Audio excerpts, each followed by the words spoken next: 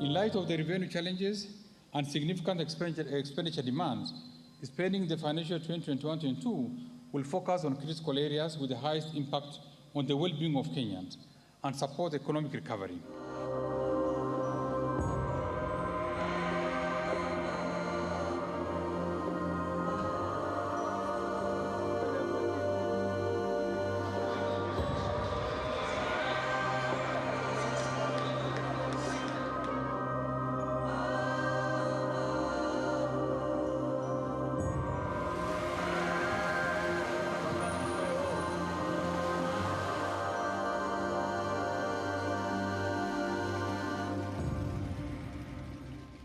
Now let's go to Agnes Gitau. She's the managing director of GBS Africa, an advisory services firm focused on the continent's economic and political risks. She joins us from London. Welcome to the show. Now, we know the headline numbers. Kenya's economy contracted for the first time in 12 years. Uganda's economy dropped to its slowest pace in 30 years. But what's been the impact on farmers, wage earners, small business owners? Thank you very much, Mobin, for having me. The impact on East Africa's region, as you know, due to COVID-19 pandemic, has been very, very harsh for the ordinary citizen. Obviously, with job shuts, global economy is shut. The region is very dependent on tourism sector. Obviously, with travel corridors all shut, and also so that we can maintain and prevent the spread of coronavirus. It means a lot of people are out of work, cost of living is high, so suddenly really challenging time for ordinary folks in the region.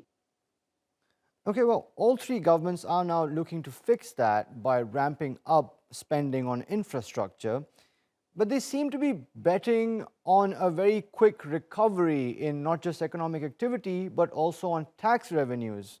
Is that realistic, or do you think they're stretching their finances a bit too thin? Good question, Morvain. You know, the region, by the way, is supposedly meant to recover way better if you compare it to the sub-Saharan, to the rest of the sub-Saharan Africa. So there has been some optimism. The PMI index is quite positive with some sort of signs of economic recovery. But you're right. For us to be able to grow the economy, you must spend in infrastructure, and that's what the East African governments are doing. Huge investment in the regional infrastructure. You know, building roads, rails, transport corridors, and you may wonder, should priority be infrastructure or ensuring people have access to healthcare, access to roof over their head, and also access to education?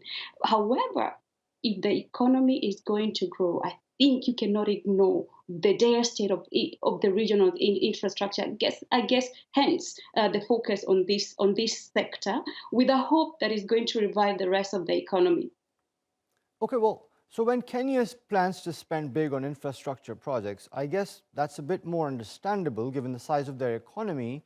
In the case of Uganda, though, for example, their debt is already reaching about 50% of GDP.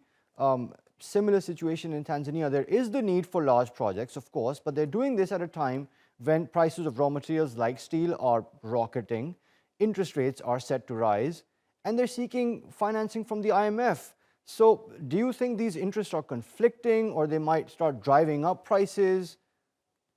You know, Mobane, really good. We have had a conversation on the rising debt levels and the impact this has on ordinary people. Obviously, you've seen with the budget, high expenditure means you must borrow money. Where do you get the money from? It means taxing the local people. And how can you tax an economy that has really struggled? The second of it, where do you source money from? We'll be borrowing, external borrowing, and we know the conversation on rising debt levels in the continent.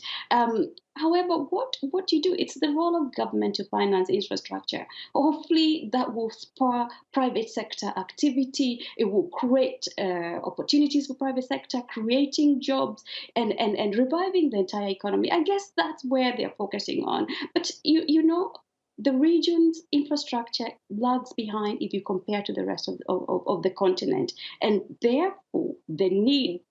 Investing in infrastructure has been the region's vision. It's under the development vision for the next 20, 30 years.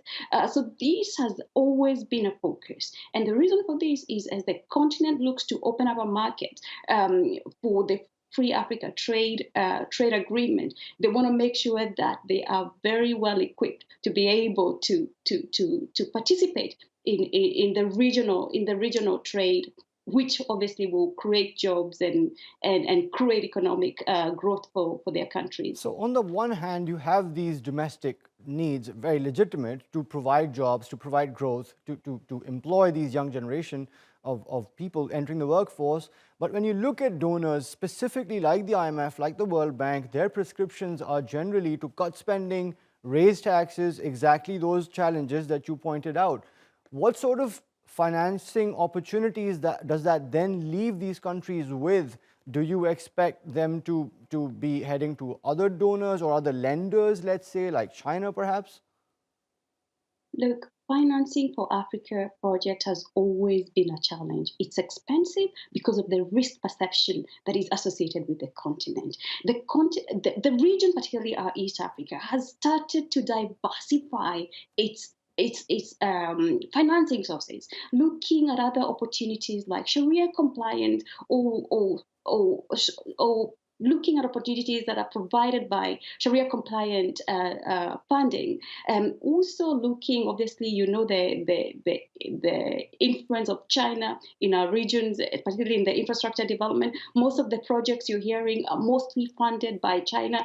Others have the public-private partnership. So certainly diversifying sources of funding is key, but the shortfall in funding is not unique to the East African region. The entire continent, according to the IMF, has a shortfall of about $300 billion. It's certainly a very delicate balance to walk there. I'm afraid we're going to have to leave it there, but we really appreciate your input on the show. Agnes Gitau from London.